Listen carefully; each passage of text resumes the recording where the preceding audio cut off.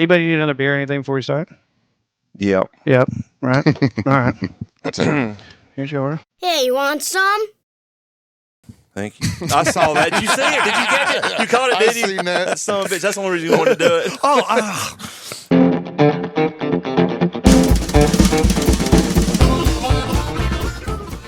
Hey, guys, and welcome to another episode of the Ghostcast podcast. I'm your host, JP Ashworth, Keith Coleman, and today we're with Nathan Mann of Beards and Bows. Nathan, how you doing, bud? How's it going? Going good. Keithy? Oh, Keithy's doing just fine. Keithy's doing just fine. Beer in hand. It's a Sunday. That's right.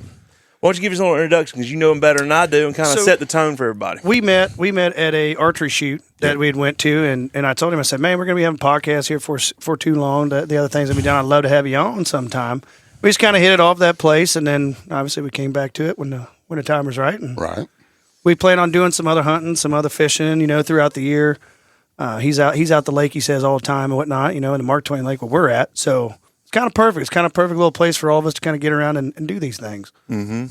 Anyway, so speaking about, beards and bows, real quick before we get crazy into it, where was your passion behind it? Like I heard you say something when we were walking earlier about your kids. You wanted that space for you to kind of go out and just be warm and obviously get out of the elements. But Right. So the idea behind this, it started out as a deer blind that morphed into what you see now, but it was it turned into a spot to where you can get warmed up versus the car, the kids, the grandkids, nieces, nephews. They got a place to hunt. You're gonna have to do some editing, but no, you're good. We're not even a half a beer in, man. What's going on here? but just as a place that we could gather as deer camp, home base. You can branch out of here, go hunting. You don't have to sit in your car and try to warm up on those cold winter days. Mm-hmm. But it's turned out pretty nice. We got the wife's nephew on his first deer out of here, so that I was excited to be a part of that. Yeah, making memories. I mean, obviously that's what we do. Yes, this. The first time I seen this, I thought, I wonder how many memories are going to be made in that. Oh, yeah. You know what I mean? Like, it was a first thing that I thought about was like, man, there's got to be some memories made in that. And then that time I watched, like I was telling you, my favorite thing was when you were playing National Lampoons in here, watching TV and hunting. I'm like, that's my speed, dude. All day long. All day long. Yep. So you said you do a lot of cooking and stuff like that on the side. I see that on your channel all the time. Yeah. I also have another channel called Mediocre Barbecue. Oh, okay. I had no idea about that one. Play on words, making fun of myself, but it's far from mediocre. But I just always, I like that name, so yeah, just kind of stuck. There you go. But there you go. Yes, anytime I can cook, whether it be boat, shoreline, right over there on the wood stove, duck blind. I know. I'm the cook. Yep. Gotta love that food. Oh yeah. Like I sent him a message after he had this post one time. And it was like him eating duck sausage, and then like literally 2 seconds later, it was bow bow, and I'm like, that's also my speed. I was like, I could do that right there. Yep. So Because duck hunting's stressful enough. Like to me, we talk about duck hunting all the time. I'm not a big duck hunter, but I feel like it's stressful. Like I feel like duck hunting's stressful sometimes. It's stressful when you're sitting there for 4 hours and nothing shows up. Kind of like deer hunting, It's like, hey, you want to just go bird watching and squirrel watching in the duck blind? Well, my brother-in-law, he loves to duck hunt, and I helped him the night before get his gear together. Yeah. And we're pulling all these. I'm like, man, this seems like a lot of work. And he was getting up that morning to drive like an hour to go hunt for maybe an hour. And then drive an hour back. Right. And then that's just me though. That seems like a lot. And it's cold. You don't get a lot of meat. Like, let's be real. Like, I'm not here I want something to eat. You know what I mean? When as JP, I'm leaving with something. You know what I mean? Let's leave with something. You know what I mean? Like, I just feel, man, and not to any of the duck hunters, I think, because I've been duck hunting, it is absolute blast. It is an absolute blast to go and just do. But me personally, man, I call me what it is. I'm not going to get up for an hour, get soaking wet cold, throw out decoys for 2 hours. I don't have any. I have a passion for a lot of outdoor things. Yeah. That's not what you probably know who roomed me on. That was my buddy Ben from Washington, dude. Mm-hmm. Dude, that was literally the most miserable rain I've ever been in my entire life. Man. And it didn't stop. I was like, when is it going to stop? It's like, it doesn't. Raining all day. Well, rain is something you definitely don't have to worry about in here. And so what we're looking at now, we'll put some of the shots, the B-roll on the screen. Give me a time frame from the time it was just the blind to now. Or you may have already mentioned it. Well, was that like a couple years, or was it just gradual here and there, pieced together? No, it was about 3 years ago.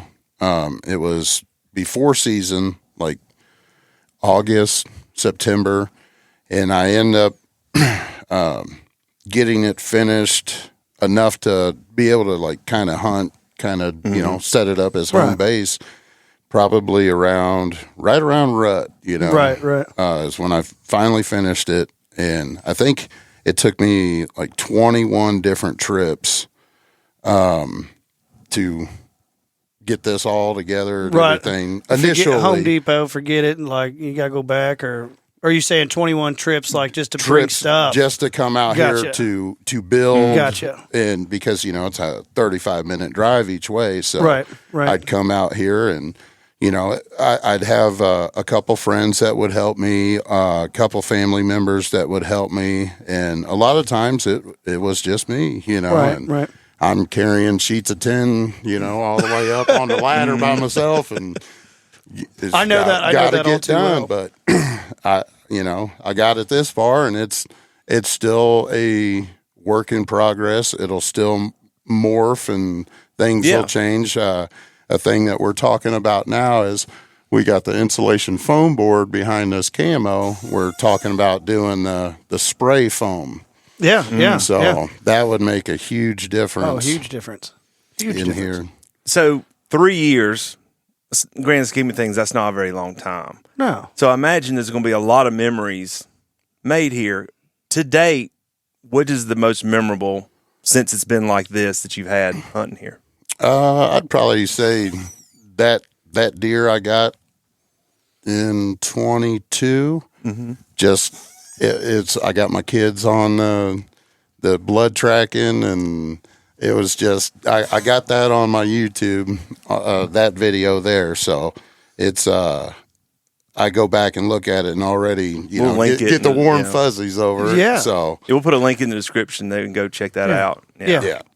Well, and that's what I was saying before. Like places like this, you can put something, your heart and soul. And we're doing it right now with the studio we have now, where it's you put that much heart and soul into something, man. It is different. You know what I mean? It doesn't matter if it's 100 inches or 200 inches. It's special because it's here. You know what I mean? That's cool that you can create a space like that. You know what I mean? That's what matters. Definitely. I think that's and it's hard for me to be still. Yeah. So the first thing I'm thinking of when I walk in here is like, okay, how much can I get away with? Right. How much can I get away with? I see one out there. Well, I need to go over here and piss. Which there is a little place to do right that. there. I think it's great.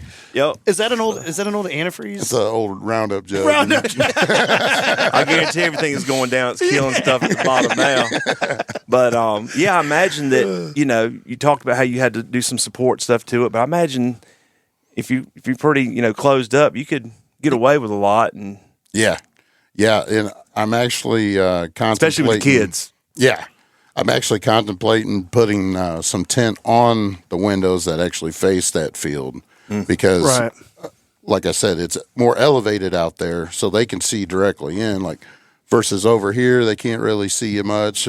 But where that elevation you were showing us, they're pretty much eye level. Well, yeah, you can look at it like you would be pretty much, especially there. And if a deer's coming this way, he's going to skyline you through these windows. Mm-hmm. Right. So a lot of times I have most of the windows almost completely shut, and then, you're just kind of window peeking. Yeah, yeah. Well, there's always a second story option, I imagine, if you want to get really crazy. You could, yeah. You could just get wild with it. And we could have a sniper spot on the top. I thought of just laying up on the roof. You could have a sniper spot on that. That'd be cool. It'd be just a story in its own. Because you can really see everything from up there. And outside of this camp here, you were talking about, it's kind of the branch. It's kind of the home base. You know what I Yeah. mean? You get to go. So you have these other spots you dive off into, and then this is your space to come in, warm up, grab a little bite to eat. You know, if you just spending time in the woods, we call it tree therapy. But I feel like this is one of those spaces that's the same. Hey, folks, JP, and real quick, we want to take a little time to say thank you to our sponsors. The first one being Ape Canyon. For over 40 years, the crew at Ape Canyon Outfitters has been keeping the best of the best safe. Fire rescue teams, law enforcement, the U.S. military, even the Secret Service and Navy SEALs. Yeah, these guys don't mess around when it comes to safety. And now they're bringing that same elite level of expertise to the hunting world with their hunting saddles, ropes, and accessories, all 100% made in the USA at their shop in Butler, Pennsylvania. Give hunters the same confidence and reliability the professionals have trusted for decades. So when you gear up with Ape Canyon Outfitters, you're not just getting solid gear, you're investing in safety, quality, and a rock-solid reputation. Check them out today at apecanyonOutfitters.com. And hey, while you're hanging out in your Ape Canyon saddle, why not send some Mamba arrows downrange? Mamba Archery is straight up changing the game with the first ever centrifugal weave arrows on the market. We're talking next level penetration, insane durability, and laser-like accuracy. Grab them in 1K, 3K, or straight carbon, whatever fits your shooting style. If you're looking to save some cash, the Impala line's got you covered. But if you're ready to step up your game with centrifugal weave tech, Mamba Archery is the way to go. Your wallet and your setup will thank you. So don't wait. Check out Mamba Archery today at mambaarchery.com and grab yourself some Mamba missiles. Big thanks to Ape Canyon Outfitters and Mamba Archery for helping sponsor this podcast. Now back to the show. So this sits on 40 acres, and primarily I only hunt about 10 of it. Okay. Because back there in the timber, that's where all the bigger bucks like to stay. You will find bigger bucks in the front of the property, mostly just running, chasing doe. Is it seasonal? Like that, what I mean by that is like, do they only stay up in that portion during the rut or? Well, yes. One day I watched a giant buck breed a doe, fight off multiple bucks in that front holler from sun up till sundown. Could not get a shot because it's all thick, nasty brush. Right. And she was on the other side of the ravine and about 50 yards. And all day long I watched this. I nicknamed him Field Goal because he went straight out and he went straight up. And my jaw was on the floor all day long watching this buck. And this was before even cell phone cameras were decent enough that, you know, hey, look at this buck. Oh, you know, it's just impossible. Nice. You know, if I had the equipment I had now, I just zoom right in on him and at least would have got it. Would have got that. But that was one of the coolest experiences that I've had out here hunting is watching him lock down to a bed down doe, and these smaller scrub bucks would come in and he would get up and he would chase them on out. And then as he's chasing them on out, another one's sneaking up from this way. So he'd come back and he just all day long kept doing that. Oh, man. And then I watched her, they bred about half a dozen different times. And this doe finally gets up. She's coming my side. And I could have shot the doe 20 yards. And the buck's just about to come out of the brush. Just for the perfect shot, you know, I'm drawn back and everything. I'm shaking, you know. And all of a sudden you can hear up on the ridge, back on the other side where the doe was, a buck goes, meh. And that doe just spooks and goes right back to where she laid down right on the other side of the ravine. And she went right back to where and that buck never stepped outside of that brush to give me that shot release. But I mean, I still think about it to this day, but I'm glad I got to witness all that. Right. We talked about it the other day. Best hunts. We did. We talked about it the other day. We get drowned in social medias and everything that we do, but it is kind of funny how like before all that was a thing, you know, before social medias and like the cell phones that record great and all that, you know, you would have to take those mental notes. And it is funny, like the one thing that I can say about hunting, those are the strongest mental notes I have, and out of all the things that I've done in my life, I can remember, you know, a turkey that I shot with my uncle at 11 years old, and I can, you know, almost to where like I can smell the the gunpowder. You know what I mean? Yep, Like, yep. I find that wild that we don't share that with more people. You know what I mean? Like, why we live in a generation now where it's kind of going away, but Right.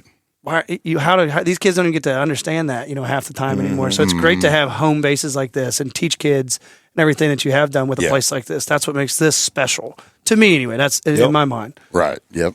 So, there's another story, and I wanted to start calling you Catman. I don't know if that piss you off or not. I don't care. And there's a reason. My last name's Mann. I've been called just about everything. What's the most memorable, most unique name you've been called? Manhole. Like a street manhole. Well, my last name's Ashworth, and people have called me Ashhole. So, I get it. But it was the story about the cat. Yeah. People just call me Keithy, and it's worse. I don't know if that's worse. My uncle told one of our other Ridge Ghost guys about my nickname, like my pet name, growing up when I was a kid, and he's the only one that calls me that. Like, still to this day, because he still sees me as I'm little. But he let it slip one time at a show, and my buddy Steven, and you'll get to meet Steven over the summer and whatnot, but he caught on it quick. He could see it in my face, and I was like, why'd you say that? Like a little kid with a mom, like, why'd you say that in front of him? And now my kid, he's getting a kick out of it. But my littlest one, they've taught her that, and she's 3. It's either dad, depending on the mood, it's either dad or Keithy. And now it's getting more towards Keithy than it is dad, and I'm going to have to get on her about it. But they think it's hilarious. I mean, y'all probably experienced this. You have dogs following you in the woods, sit at the base of your trees, kind of ruin your hunt. I mean, it's happened to probably a lot of people, depending on where you hunt. And, if you're close to somebody else's property that has dogs or whatever, it's a pain. But you, which is the reason why I was going to call you Catman, have a little different story. Yeah. The first time I ever hunted out on this property, there's an old wooden stand that I went and sat in. And this cat followed me, climbed up, sat in my lap, and purred as loud as I could ever hear a cat purr, and busted me out with these does, because she just sitting there grinding away. And these does, they're just locked right on me, and this cat's just... And so that was my very first hunt out on this property 15 years ago, I'd say, probably somewhere around there. And it's I never did hunt out of that stand again. Right. Because he cat already knew where he's at. But The cat hang around him? Did you ever see it again? Yeah. He couldn't climb the metal ones as good as the wooden ones. I figured he might so that have. made noise too coming all the way out. I figured he might have disappeared or something. Oh yeah, he might have just caught. I don't know. What do they say that? How do they say that in the South? They call lead poison or something like that. Oh yeah. But yeah. So 3 years making memories, and now you're you've got your YouTube channel, which you're at date of this recording. How many subscribers? What are you looking like? Around 5,000 on YouTube. Okay. And then nice. How's that going?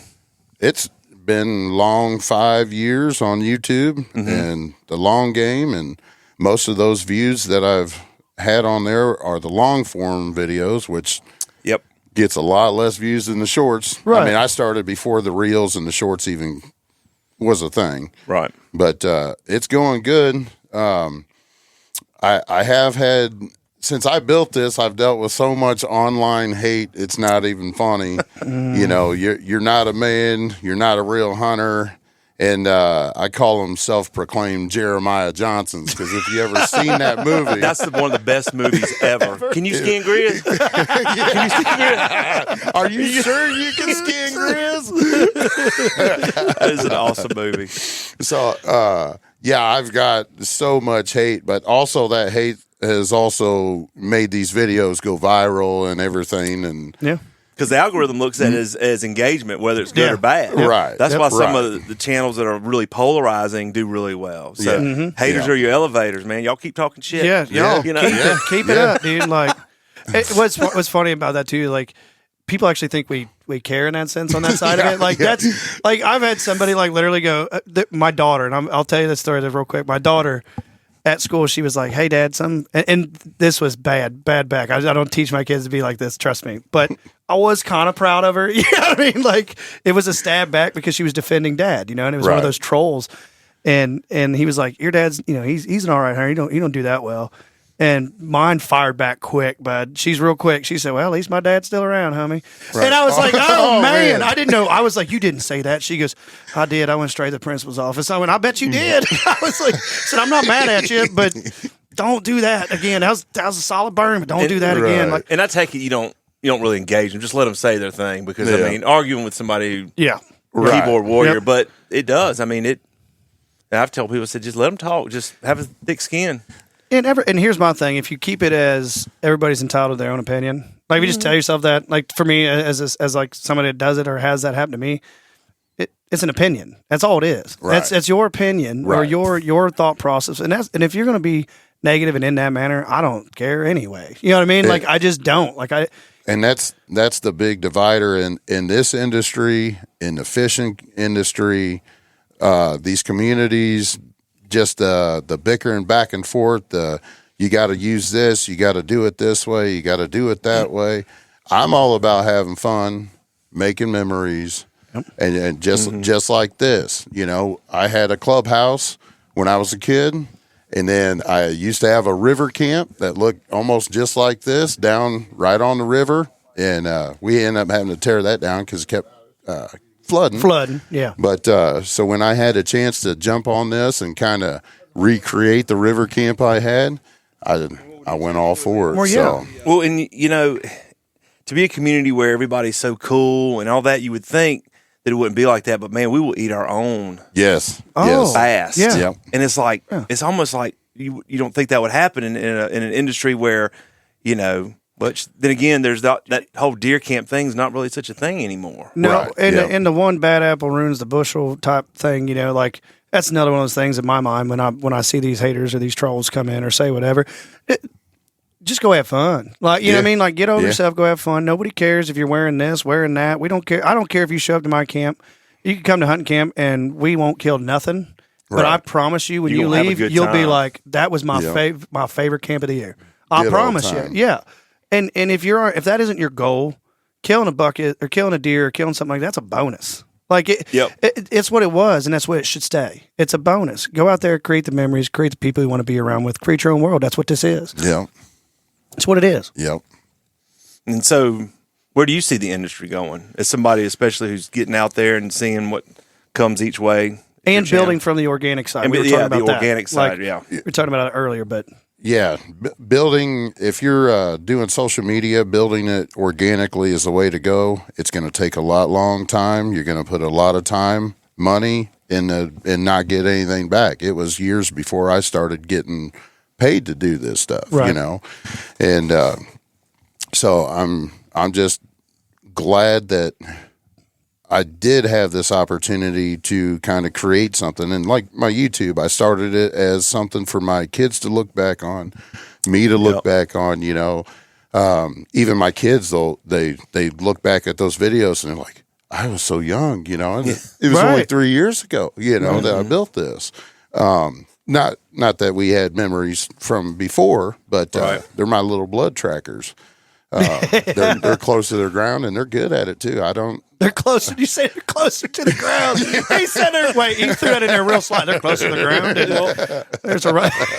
That's good. But it's Well, and that's another thing. I think a lot of people get discouraged because like anything worth building is going to take time. Yes. And you've got to grind. I mean, you didn't. I mean, right. Yeah, there are those flukes, those one-offs, those unicorns. But I mean, anything worthwhile, you know, you put in the work. And when you're passionate about it, it doesn't seem so much like work. It's just like, hey, this is what I'm going to do. This is what I want to do. Yeah, I think the instant gratification culture is bad. It is, but we live in it in such a manner though where. You know, somebody kills a 180, 200-inch deer in one area, he's going to get boosts from posts just because it's 180, 120, 100, 200-inch deer, whatever you want to say. Right. And then they'll plateau, you know what I mean? Because that was the one time that they, you know, and that's the only view, that's the only perception they put out of themselves is they set that bar, you know what I mean? Way high. And there's a lot of people in this industry that are doing that now. You just keep moving the field goal further and further. Yes. And it's like, just go out and have fun. If your initial, you know, first impression, like that's what this is when they get a chance to see us on these platforms. It's their first impression. You know what I mean? It's their, even if it's a new viewer, that the first impression of them seeing you shoot a 200-inch deer and they think that that's what they want to see you do. Right. And then now all of a sudden you have to compete with that. Like you have to Yeah. go, You gotta okay, well compete that with viewer, yourself. yes, that viewer wanted to see me do that.